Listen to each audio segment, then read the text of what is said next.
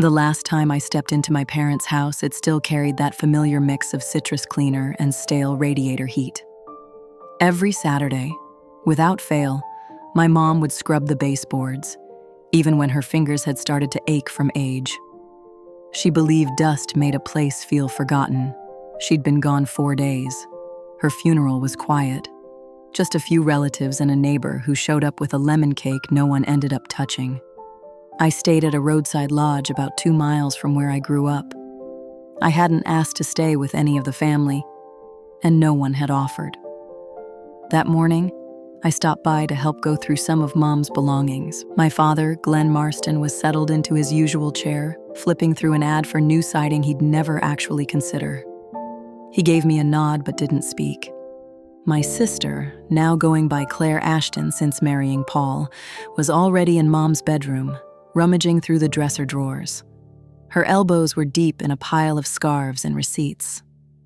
"She had a blue handbag," Claire said, not turning around. "You know the one she always kept under the dresser? It's not here." I didn't respond. I remembered it clearly, navy leather, worn soft with time. Mom used to hold it like it carried something important, though she never shared what it was. Dad spoke next, eyes still on the ad. "You had the back door key last month when you took her to that eye appointment." "I gave it back before I left," I said, keeping my voice low. Claire stood up straighter, face unreadable. "She trusted you with it." "That's fine. We're just saying, if you came by after the funeral home picked her up and something happened to the bag, now's the time to say so." I looked from her to Dad. He folded the flyer in half. "I'm not saying you did anything," he said, tone flat. "But she kept a few keepsakes in there.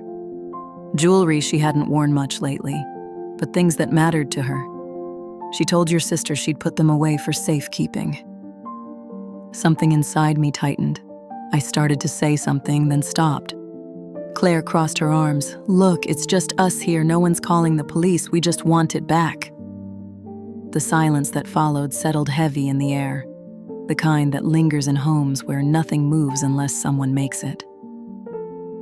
"I didn't take it," I said. Glenn gave a slow nod, like I had confirmed something he'd already been turning over in his mind. Maybe what he feared, maybe what he assumed.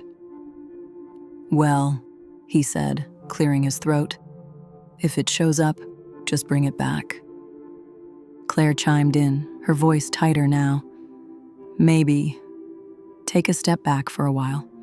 We all need a little space." I looked at them both. Two people I was tied to by blood, yet completely removed from in that moment. The blue handbag wasn't the only thing missing from that house.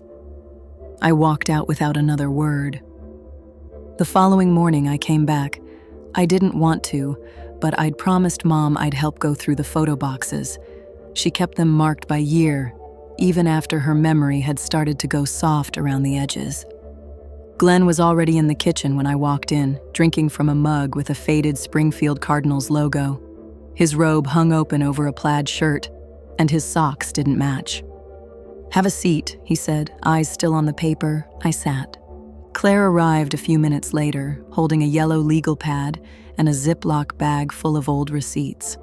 She didn't say hello, just pulled out the chair across from mine and laid out her things like she was preparing for a hearing. Glenn cleared his throat. "We talked last night. Your sister's been asking around." Claire gave a small nod. "A few weeks before Mom passed, she told me she was putting all her important things in that blue handbag.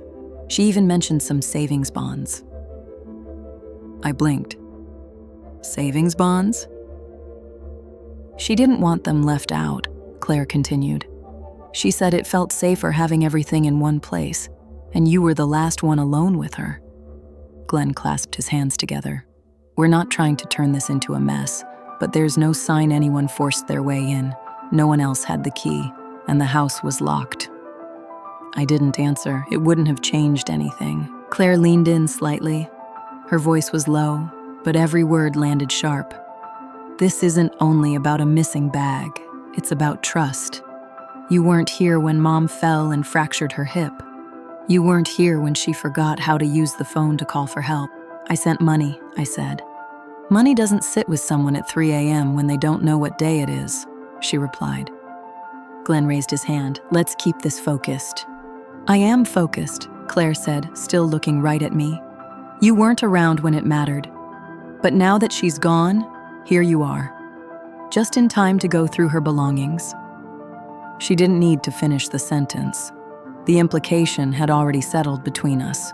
My hands rested on the table, palms flat. I could feel the faint lines of the wood beneath my skin. "I don't want to get the police involved," Claire said, turning toward Glenn. "But if she does have the bag, we deserve to know." I looked over at my father. His eyes met mine, steady, unchanging. "We're not reporting anything," he said, "but I agree. If you have it, bring it back. And if you took it, it's probably best if you don't come back after." He said it quietly, not angry, not loud, just certain. I stood up, chair scraping softly against the floor. "You really believe I took it?" "You're the only one who had access," Claire said. "What conclusion are we supposed to come to?" I opened my mouth to argue, closed it again, then nodded once. "Fine." Claire blinked. "So, you don't have it?" "I don't," I said. She frowned. "Then why?" "I don't have it," I said again. "But I understand the decision you've made." I turned toward the hall, toward the front door I used to burst through every afternoon after school. Claire's voice followed me down the hallway. "We're not trying to cause a scene, Ellie. We just want the truth," Claire said. I stopped by the coat rack. "That's what I want too," I replied. "I'm sorry you can't see that." I didn't cry on the drive back to the motel. I left the radio off, kept my eyes locked on the road, as if that alone could hold everything else in place. The room felt chilly when I walked in. The wall heater rattled and clicked, but barely warmed the air. I dropped my bag, slid off my shoes, and sat on the edge of the bed for a while, staring at the comforter. It was patterned with faded pink flowers, something my mom might have picked out in the early 2000s. I opened my suitcase and unzipped the inside pocket. From it, I pulled a small padded envelope. Inside were a USB drive and a crumpled receipt from an electronics store. The date showed it had been purchased just under 2 months ago. Tucked beneath was a folded note written in Mom's handwriting, neat and slanted, though the last lines trembled just a bit.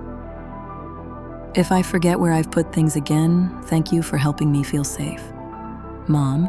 She hadn't wanted to get a camera at first, said it felt too much like surveillance. But the day I found her digging through the freezer looking for her wedding ring, she'd changed her mind. "I'm starting to lose track of things," she told me that day, "or maybe someone else is moving them. I'm not sure anymore, but I want to be." So I'd ordered a tiny indoor camera, no bigger than a salt shaker. I placed it on the top shelf of her bedroom hutch, angled discreetly toward the vanity and dresser. Among her ceramic trinkets, it blended right in. She smiled when I showed her the live feed on the app, just in case, she said. Now, in that drafty motel room, with the heater humming low, I plugged the USB drive into my laptop and opened the folder labeled Recordings. Each video was time-stamped. I scrolled through until I reached the day after Mom passed, the day Claire said she had stopped by, just to sit in the room one last time. I clicked play. There she was, Claire, wearing a slate gray sweater, her hair pulled into a loose bun, moving with purpose like she was following a mental checklist. She opened drawers, pulled out the bottom cabinet, hesitated briefly. Then she reached for the blue handbag. No pause. She unzipped it, peeked inside, and slipped it into the large canvas tote slung over her shoulder. Seconds later, Glenn appeared in the doorway. He stood still, looked at Claire, then at the bag. He didn't say a word, didn't move forward, just watched her for a moment before turning and walking away. I watched the clip twice, and then I sat there, the laptop warm against my legs, my mother's note still resting beside me. They hadn't just suspected me, they had known who took it right after it happened. The next day I didn't knock, and the front door creaked like it always had. That familiar mix of brewed coffee and worn carpet met me the way old memories sometimes do, sudden and uninvited.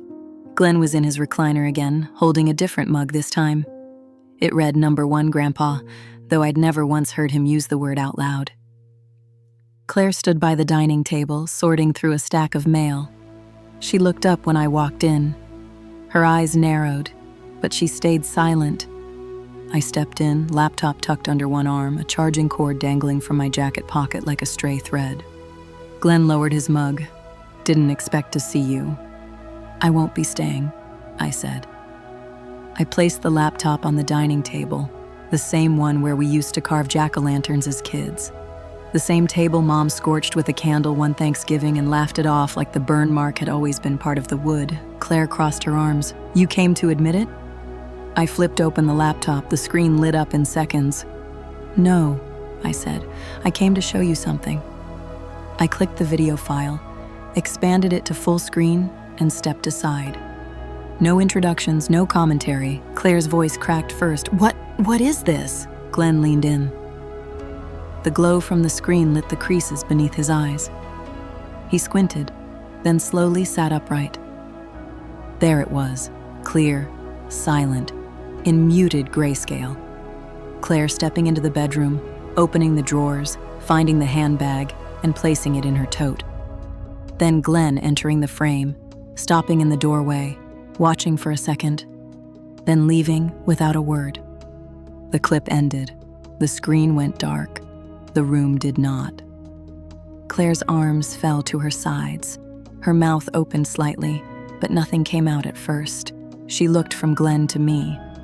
"She said I could take it," Claire said eventually, her voice shaking, like she couldn't tell if she was trying to justify herself or confess something. "In the spring, when I drove her to the clinic, she told me she didn't want you to have it." Glenn didn't move. His expression was blank, unreadable. Claire took a breath. "I didn't steal anything. I just assumed she told you." I kept my eyes on her. She didn't. Glenn spoke at last, slow and low. "You had no right to record us." I turned toward him. "She asked me to." His brow creased. "She told me she was starting to forget things," I continued. "She wanted help keeping track. She didn't want to worry that something had gone missing, even if it was by her own hand. That camera was for her comfort, for her clarity." Claire shook her head. You waited until now to show us this. You let us walk straight into it." "No," I said. "You ran into it. I only pressed play." She flinched slightly, like the words struck closer than she expected. Glenn set his mug down slowly and deliberately. "So what do you want, Ellie? You got your reveal. What's next?" I looked at him, then at her. "Nothing," I said. "I didn't come here to settle a score." Claire let out a dry, bitter laugh. "Then why come at all?" "Because you blamed me. You stood in the house I grew up in and called me a thief, right in front of the man who once taught me not to take what wasn't mine. Because you said you wanted the truth, until it stopped being convenient." I closed the laptop. The snap of the lid sounded louder than I'd expected. Glenn leaned back in his chair. "Well, I guess that's everything out in the open now." I slid the laptop into its sleeve. "No," I said, "not everything." Claire narrowed her eyes. "What's left?" I met her stare. I'm not the one who should be asking that. Then I turned and walked out, leaving them in the quiet they had shaped together. 2 days went by. I heard nothing from either of them. I stayed at the motel, suitcase packed but untouched. It sat zipped at the foot of the bed like it had been waiting for someone else to decide when to leave. I hadn't booked a flight yet. Not because I was waiting, but because, for once, I felt no urgency to return to a place where no one was expecting me. On the third morning, I walked to the local post office and dropped a small padded envelope in the outgoing bin. No return address. Just 2 names printed in a stiff, neat font: Claire Ashton, Glenn Marston. Inside, I included 3 items. First, a copy of Mom's note, the one written in her careful, slanted handwriting, asking me to set up the camera. Second, a printed photo from the clip. I'd had it developed at the pharmacy across the street from the motel. The frame showed the exact moment Claire looked inside the handbag, and third, a single line written in my own hand. This was never about the purse. I kept the original note to myself. It wasn't just a request, it was a quiet offering of trust, the kind meant only for the person it was given to. In her final weeks, Mom hadn't written much down. But the morning I left town, she handed me that folded scrap and said, "Keep this, in case anyone ever questions whether you were really here for me." I had nearly forgotten it was still tucked in my wallet. Later that evening, I checked my inbox. One email waited, and it was from Claire. No subject line, no greeting, just a single sentence, curt and hollow. "You win. Enjoy what's left."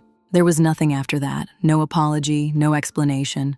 Not even a message from Glenn, not even the kind of silence that carries weight. Just absence, and it felt flat, familiar. I didn't respond. Some messages don't deserve replies. 6 months later, I flew back to Ohio for just one day. The cemetery sat on a low rise above the main road, where passing cars sounded like wind slipping through leaves.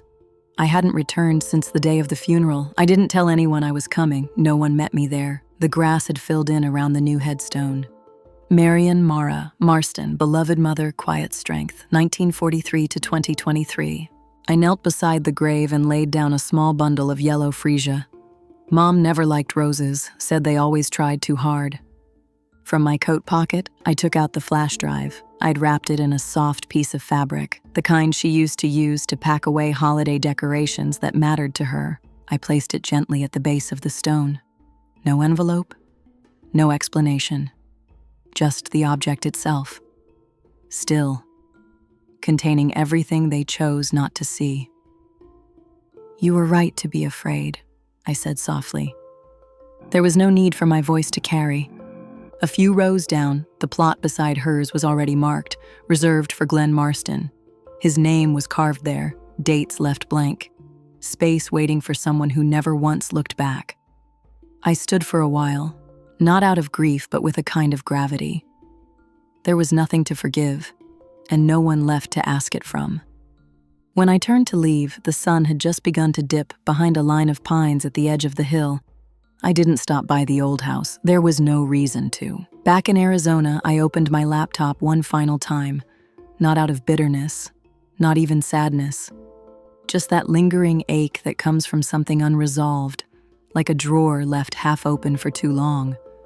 The folder was still there. I clicked through the files until I found one I hadn't watched before. It was dated 3 days before Mom passed.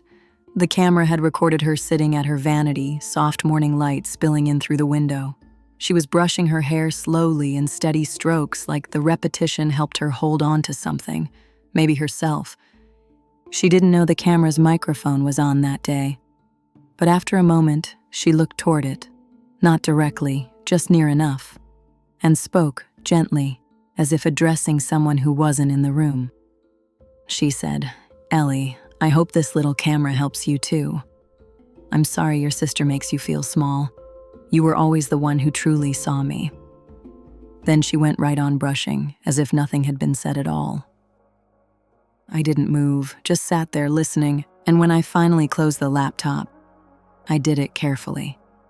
This time, I hadn't played the recording to make a point. I played it to keep going, because sometimes what cuts deepest isn't the accusation itself. It's how quickly the people who raised you are willing to believe it. They don't ask questions. They don't remember the moments that should have mattered. They just look at you like you're someone who wandered in from nowhere. And even when the truth appears, clear, dated, undeniable, they don't apologize. They simply turn away, not out of confusion, but because somewhere in them they already knew. Maybe that's what survival becomes for some of us. Not closure, not reconciliation, just understanding, finally, fully, and choosing to step out of the room before the silence can settle again.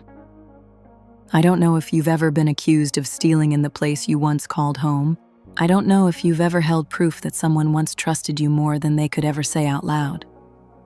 But if you have, if you've ever walked out quietly and knew deep down that was the real ending, just leave a single dot, that's all, just one period. I'll know what it means.